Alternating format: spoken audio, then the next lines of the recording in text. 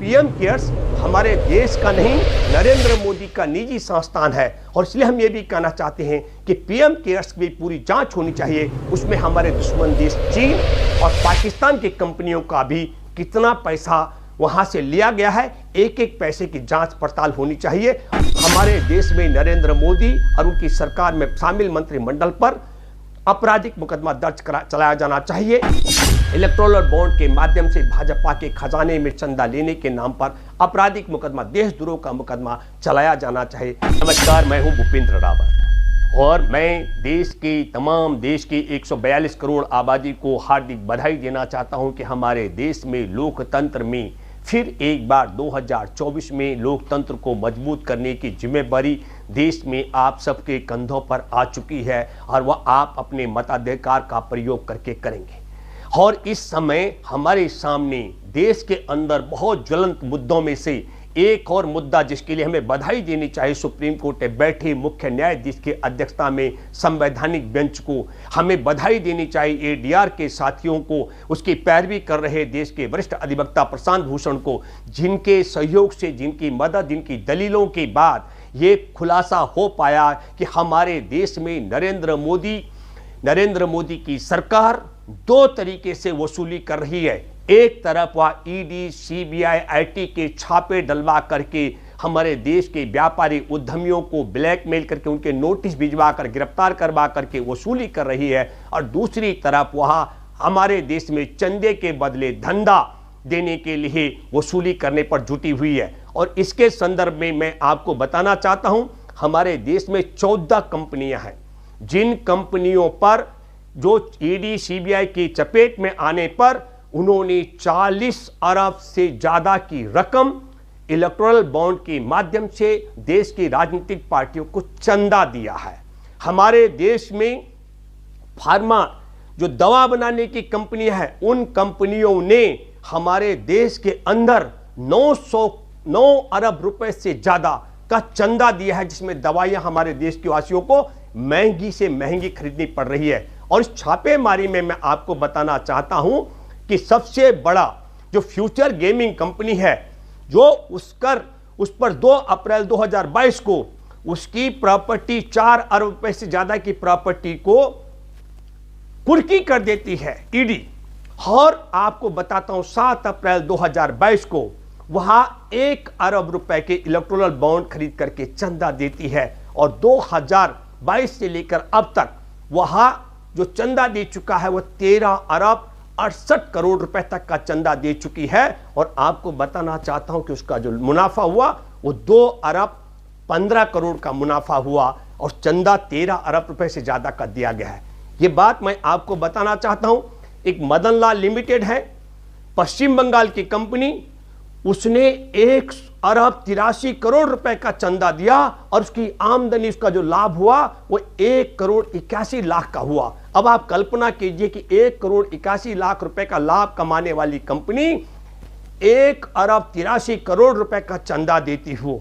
हमारे देश में 215 करोड़ रुपए का मुनाफा कमाने वाली कंपनी 1368 करोड़ रुपए का चंदा देती हो। हमारे देश में क्विक सप्लाई चेन 410 करोड़ रुपए का चंदा देती हो, 109 रुपए का लाभ कमाती हो। हमारे देश में एमजे इंटर जो है वह 58 करोड़ का लाभ कमाती हो और 192 करोड़ रुपए का वह चंदा देती हो राजनीतिक दलों को। जैसे कहा जाता है कि मोदी है तो मुमकिन है। मैं आपके माध्यम से कहना चाहता हूं कि चाहे वो फ्यूचर गेमिंग पर 2 अप्रैल 2022 को और उसके बाद 7 अप्रैल को उसका बॉन्ड खरीदना, अरबिंदो फार्मा पर क्यों वो 10 नवंबर 2022 को उसके एमडी को अरेस्ट किया जाता है और 15 नवंबर 2022 को वह बॉन्ड खरीद लेते हैं। हमारे देश में श्रेणी साई इलेक्ट्रॉनिक्स, उस पर छापा पड़ता है 20 दिसंबर 2023 को और वह 11 जनवरी 2024 को बॉन्ड खरीद लेता है। हमारे देश में टोरंटो पावर पर उसको प्रोजेक्ट मिलता है 24 मार्च को और वह 10 जनवरी 2024 को वह बॉन्ड खरीद लेता है। डॉक्टर रेड्डीज हमारे देश में 13 नवंबर 2023 को छापा पड़ता है और 17 नवंबर 2023 को वह इलेक्टोरल बॉन्ड खरीद लेते हैं। हमारे देश में कल्पतरु प्रो उस पर छापा पड़ता है 4 अगस्त 2023 को और 10 अक्टूबर 2023 को वह बॉन्ड खरीद लेता है। मैक्रोलैब्स पर 14 जुलाई 2022 को छापा पड़ता है और वह 10 अक्टूबर 2022 को इलेक्ट्रल बॉन्ड खरीद लेता है।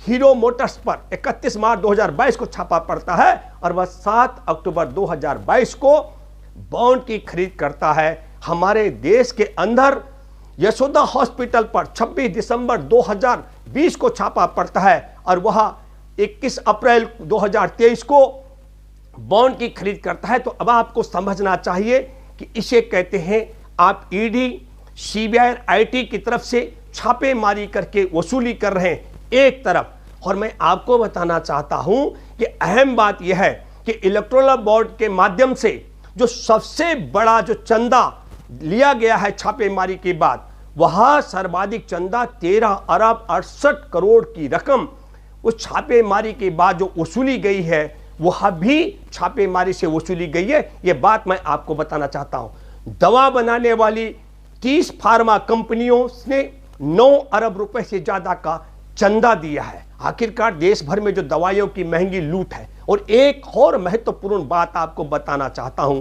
कि हमारे देश में जीएसटी ने अपनी वेबसाइट को 25 जून 2017 को शुरू कर दिया था कि उसमें रजिस्ट्रेशन करा सकते हैं।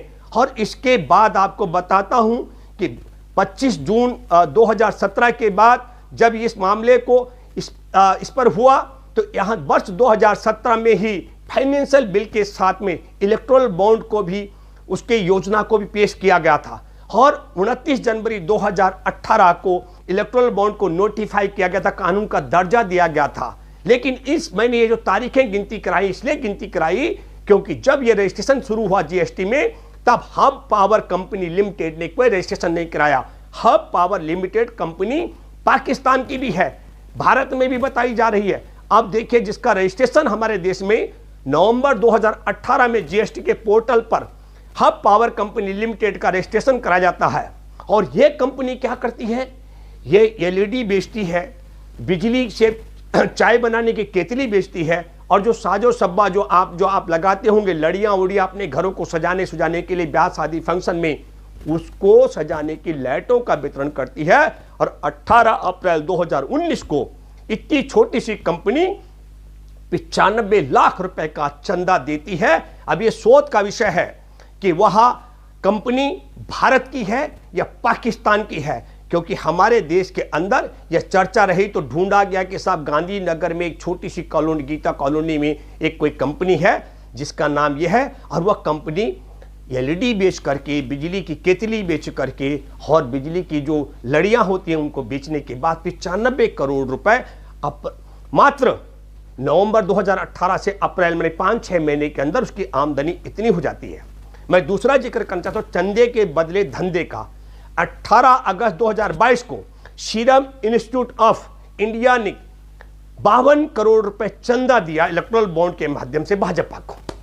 और 18 अगस्त के बाद 22 अगस्त 2022 को प्रधानमंत्री सीरम इंस्टीट्यूट ऑफ इंडिया के मालिक पूनावाला से मुलाकात करते हैं। और क्या होता है, सीरम इंस्टीट्यूट ऑफ इंडिया को मोनोपोली मिल जाती है वैक्सीन की, कोरोना वैक्सीन की, एक छत्र उनका अधिकार हो जाता है। यह तय हुआ 52 करोड़ रुपए की वसूली के बाद।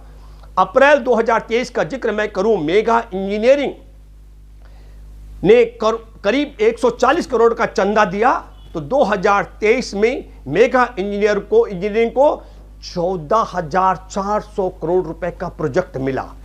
वेदांता ने 4 अरब रुपए इलेक्ट्रॉनिक बॉन्ड के माध्यम से चंदा दिया, तो उसको सरकारी कंपनी बीपीसीएल उस वेदांता के हवाले कर दी गई। इसका मतलब आप समझिए कि हमारे देश में सरकारी संस्थानों को निजी हाथों में बेचने के बाद भाजपा वसूली कर रही है।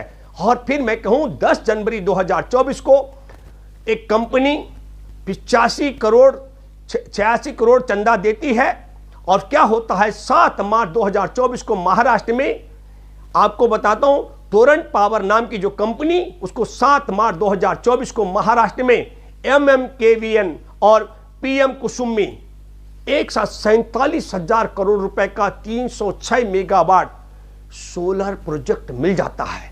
ये पैसा लेकर के धंधा, चंदा लेकर के धंधा। और फिर आपको बताता हूं, अप्रैल 2023 में मेगा इंजीनियरिंग से 140 करोड़ रुपए का बॉन्ड, और 2023 में मेगा इंजीनियरिंग के महाराष्ट्र में 14,400 करोड़ के प्रोजेक्ट को देखने के बाद मैं ये मानता हूं देशवासियों को भी सोचना चाहिए कि हमारे देश के बंदरगाह, हमारे देश के तमाम सरकारी संस्थान, एयरपोर्ट जो बेचे गए हैं, इनमें कितने का लेन देन हुआ होगा। और फिर हमको सोचना चाहिए कि जो सरकार सत्ता में आकर के वसूली के लिए इलेक्टोरल बॉन्ड लेकर आए और सुप्रीम कोर्ट में बैठे मुख्य न्यायाधीश की अध्यक्षता में आदेश आने के बाद वह स्टेट बैंक ऑफ इंडिया के आला अधिकारियों को विवश करे कि वह आनाकानी करे। पहले तो कागजात देने में आनाकानी की जा रही थी, अभी आपको बताना चाहता हूं कि जो उसका यूनिक नंबर होता है बॉन्ड का, वह देने में भी स्टेट बैंक ऑफ इंडिया के अधिकारी कतरा रहे हैं।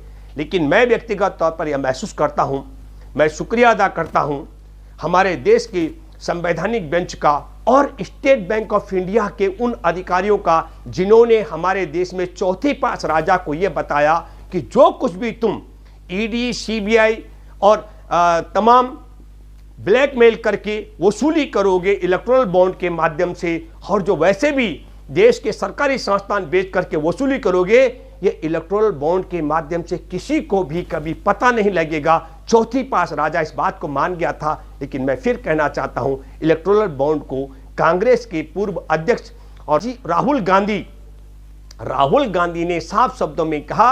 राहुल गांधी बोल चुके थे कि यह हमारे देश में सबसे बड़ा जरिया है वसूली का, अवैध वसूली का, और यह बताया था उस अवैध वसूली की पोल खोल अब हुई है।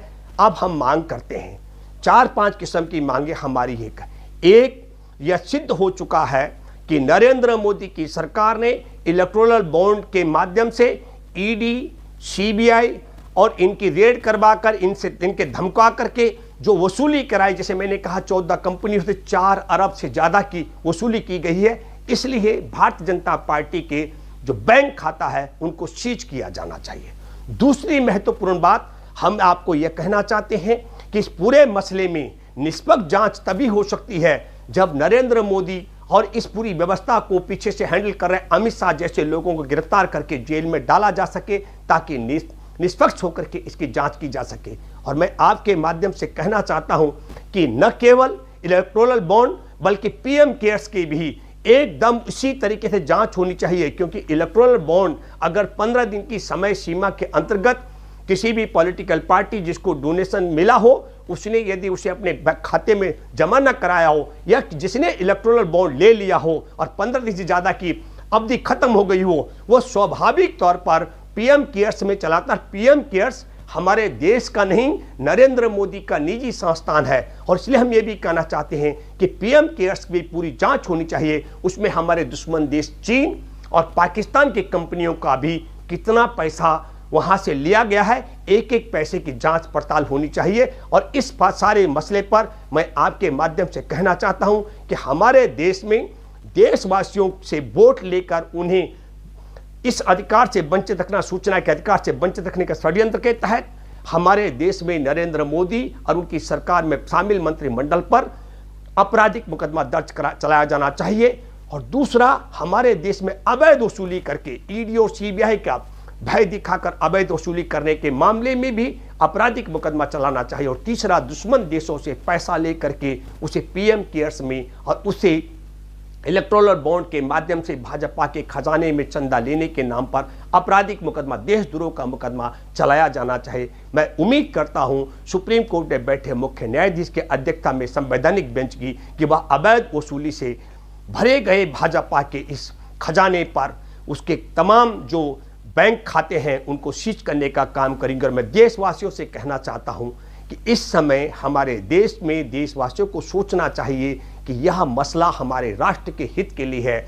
जो शख्स कानून में हेरा फेरी करके असंवैधानिक तरीके से देश में आयकर कानून में तब्दीली करके, जनप्रतिनिधित्व कानून में तब्दीली करके और हमारे देश में सूचना के अधिकार के तहत मिले अधिकार को वंचित रख करके असंवैधानिक तरीके से इलेक्टोरल बॉन्ड के माध्यम से वसूली करता हो, ईडी सीबीआई के अधिकारियों को गुंडों की तरह, एक मवाली के गुंडों की तरह हफ्ता वसूली के लिए बाजार में उतारता हो, ऐसा व्यक्ति हमारे देश के लिए और आने वाले समय के लिए, देश के समाज के लिए कितना घातक हो सकता है। इसलिए मैं कहना चाहता हूं, हम सबके सामने है, जब हम बात करते हूं देश के जवानों का, तो पुलवामा में 2019 का मैं जिक्र कर रहा हूं, 40 जवानों की हत्या का मामला अभी तक जांच पड़ताल न कराने का कारण क्या है। 15 जून 2020 को निहत्थे जवानों को पीट पीट कर मार दिया था, क्षेत्र अधमरे कर दिए गए थे। उस मसले पर भी नरेंद्र मोदी ने आज तक चीन नहीं बोला। ये क्या कारण है? हमारे देश में तमाम बेटियों की बात छोड़िए, मैं कहता हूं देश में ओलंपिक पदक विजेता बेटियां भी सड़कों पर न्याय के लिए भटकती रही है, उनको न्याय नहीं मिल पाया। छुट्टा सांड की तरह ब्रजभूषण शरण सिंह आज भी घूम रहा है। तो बेटियों को न्याय नहीं मिल पा रहा हो, जवानों के शहादत के बाद उनके लिए जांच पड़ताल नहीं हो रही हो, सड़कों पर किसानों को मारा जा रहा हो, महंगाई भी अपरंपार हो, और अभी तो राजा का, हमारा राजा नंगा है। ये पहली बार सुप्रीम कोर्ट में संवैधानिक बेंच के इलेक्टोरल बॉन्ड के माध्यम से जो खुलासा हुआ वो आया है, जब पीएम केयर्स की पर्चें खुलेंगी और हमारे देश के एक एक सरकारी संस्थान को बेचने के बाद किस तरीके से अपनी हिस्सेदारी नरेंद्र मोदी और उनके गुर्गों ने रखी हुई है, इन सब की जांच पड़ताल अगर होगी तो मैं दावे के साथ मैं कह सकता हूं, न केवल राजा नंगा है बल्कि राजा नंगे राजा के तमाम गुलाम भी महान नंगे हैं। ये दावे के साथ मैं कह सकता हूं। धन्यवाद। जय हिंद, जय जवान, जय किसान, जय संविधान।